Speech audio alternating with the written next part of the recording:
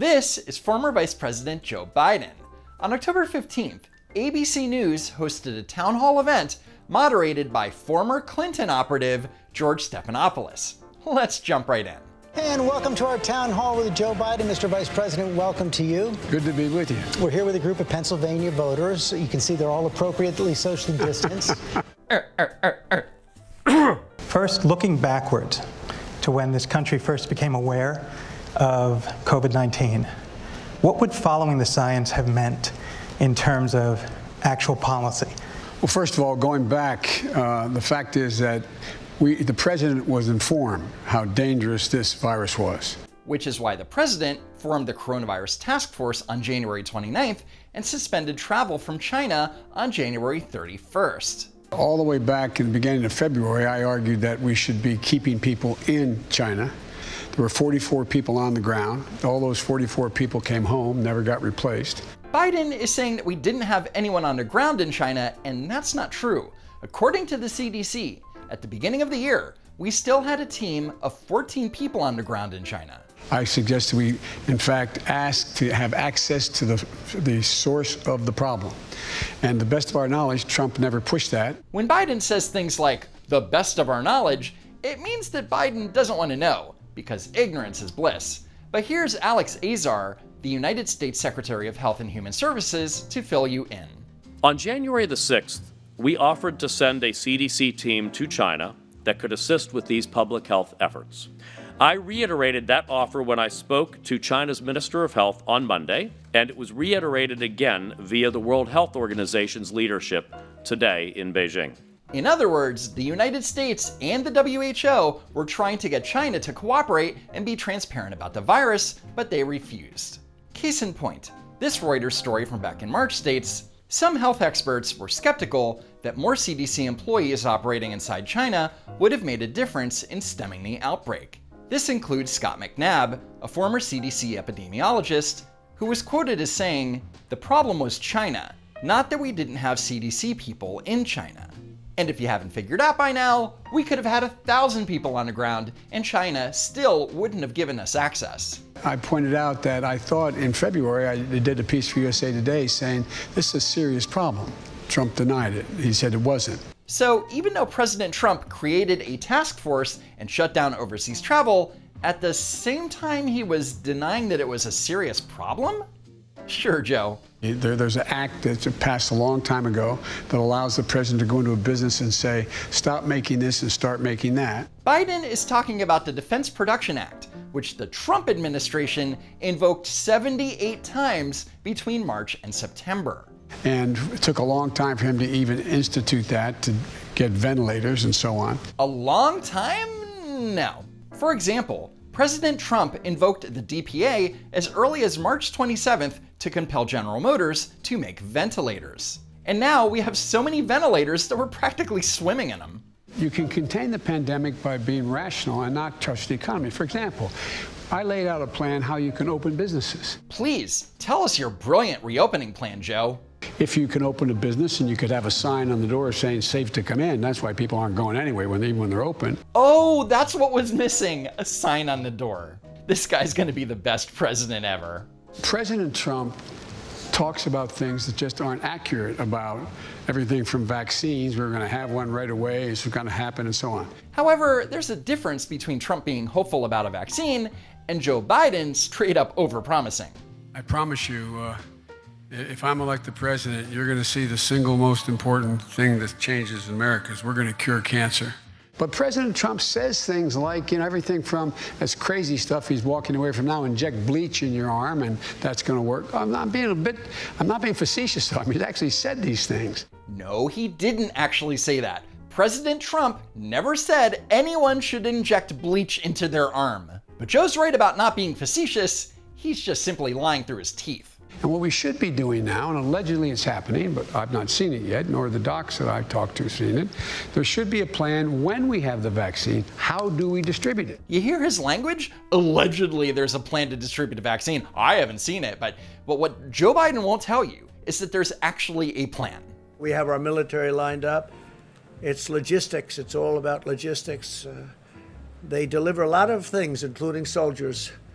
but now they'll be doing vaccine. Our general is all ready to go, and he's very excited. And once we have the vaccine approved, fully approved, he'll start the process. They will start the process, and they'll get it out very, very quickly all over the country and maybe beyond if it works as we think it probably will. There is nothing in that statement that would suggest that the Department of Defense and the CDC aren't on top of it, but Joe Biden's job isn't to be positive about anything, because that would make Trump look competent, and we can't have that, can we?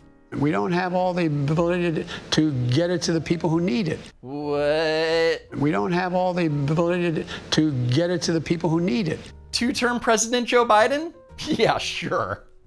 And once we get it, if it's safe, if it's effective, will you mandate its use? It depends on the state of the nature of the vaccine, when it comes out, and how it's being distributed. That would depend on, but I would think that we should be talking about, depending on the continuation of the spread of the virus, we should be thinking about making it mandatory. How could you enforce that? Well, you couldn't. That's the problem. So we should be thinking about making the vaccine mandatory, even though we can't make the vaccine mandatory. Got it. But you can't say everyone has to do this. But you would, just like you can't mandate a mask. But you can say, you can go to every governor and get them all in a room, all 50 of them as president, and say, ask people to wear the mask. Everybody knows. And if they don't, fines? And they don't, no, not fine. Then I go to every governor, I go to every mayor, I go to every councilman, I go to every local official, say, mandate the mask. I have a feeling that by the time Biden is president, that most of these governors, mayors, and local officials will tell him to F off. You know, we initially said, the government initially said they're going to provide masks for every student and every teacher. Then they said, no. FEMA said, the president or whomever said, no, that's not a national emergency. Not a national emergency. FEMA is the Federal Emergency Management Agency, so no, they should not be providing or paying for students and teachers' masks 6 months into a pandemic. I should note that in the Senate Republicans' coronavirus bill, $105 billion was allocated for K-12 schools and colleges and universities. But the Democrats blocked it, and that's a shame, because $105 billion would have bought a ton of PPE and plexiglass. Sad, really. Then Biden continues bitching about Trump, because that's all he has. And what's he doing? Nothing. He's still not wearing masks and so on. But, as Joke Biden has pointed out several times, a mask protects you from spreading the virus to others. That mask is not so much to protect me, it's if I have an undiagnosed, I have it, it's to protect you against me. It's to protect other people. And since President Trump has recovered from the virus, he doesn't need to wear a mask to prevent spreading a virus that he doesn't have and literally just recovered from. So much for listening to the scientists, huh, Joe? If you take a look, we're not very well trusted around the world. When 17 major nations in the world were asked who they trust more, who's the better leader, and the president came in behind both the national survey, international survey, both behind Putin as well as Xi. Biden is referring to Pew Research Center's Global Attitude Survey, where random people from 13 major nations were asked if they had confidence in these 6 world leaders to do the right thing regarding world affairs. Trump had the lowest average. And my response is probably the same as yours. Who gives a fuck? And we find ourselves in a situation where he's talked to Putin 6 times, hadn't said a word to him. So Trump talked to Putin, but didn't say a word to Putin?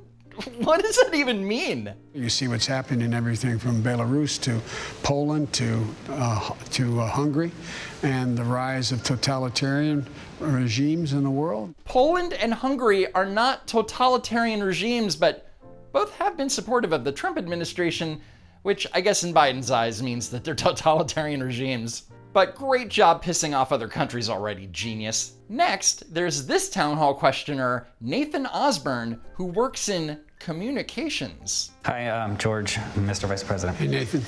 Our country's first Supreme Court gave its first rulings just 2 blocks from here, from 1791 to 1800, and it's become more polarized since then. Merrick Garland didn't get a hearing for... Blah, blah, blah, blah, blah.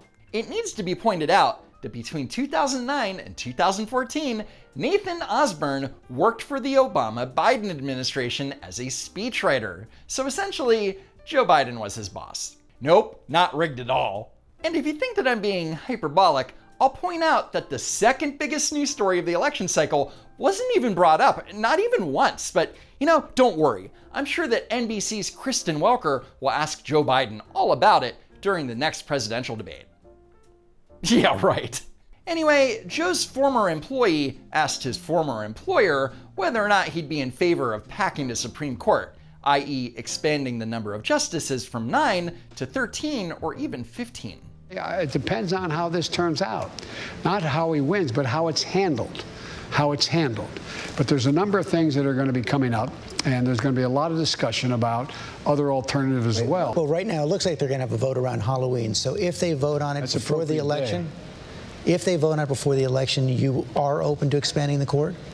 I'm open to considering what happens from that point on. And that means if Amy Coney Barrett is confirmed to fill the vacant seat, which is all but a done deal, Biden is open to packing the court, but won't say whether he will or not.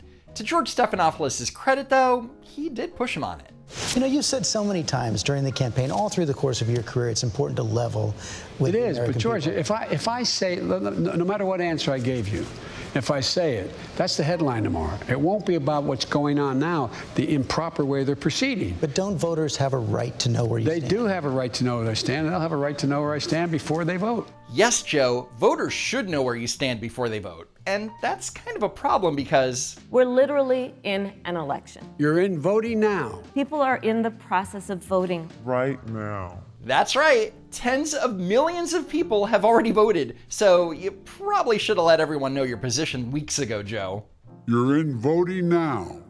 Also, during the town hall, Joe Biden made a statement that highlights one of the many reasons why police unions aren't endorsing him. You have to teach people how to de-escalate circumstances.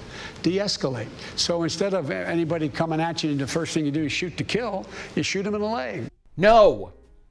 And one of the things that has to change is so many cops get called into circumstances where somebody is mentally off, like what happened not long ago with that guy with the knife.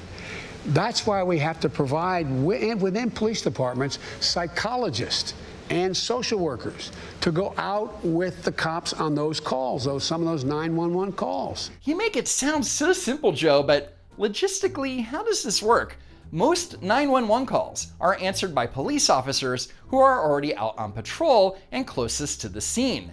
And it's their job to get there as quickly as possible, right? So are they supposed to wait until the social worker gets there before they can interact with the suspect? Or do the social workers just ride around with the cops all day?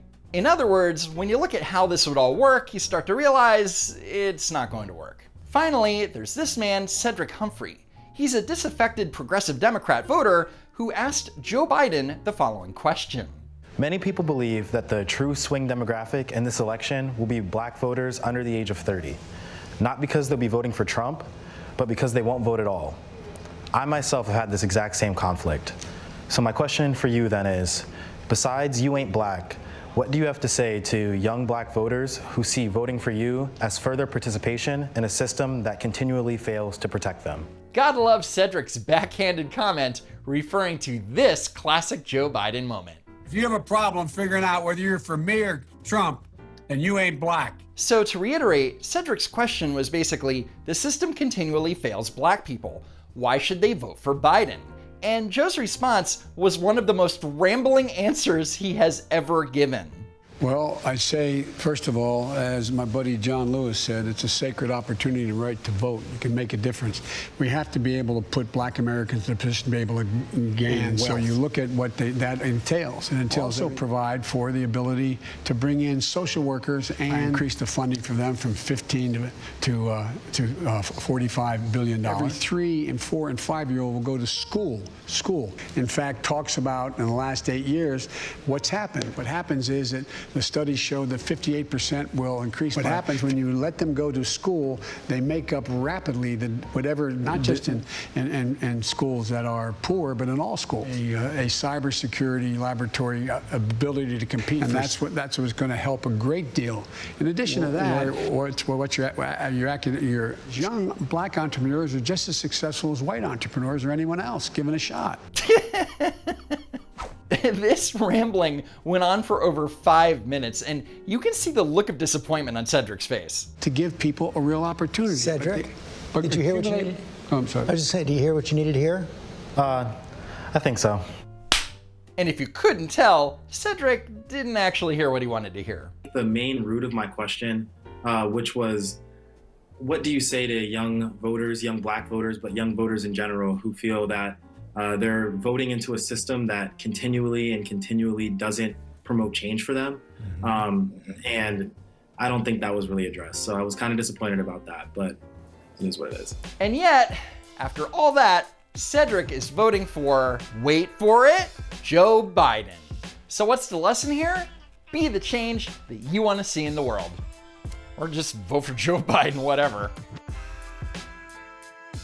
Anyway, that's it for now. Please slam that like button and be sure that you're still subscribed to the channel. Follow me on Twitter and Parler at Don't Walk Run, and follow me on Instagram at Don't Walk Run Productions because I still need 10,000 followers. As always, thanks for tuning in, and hope to see you all next time.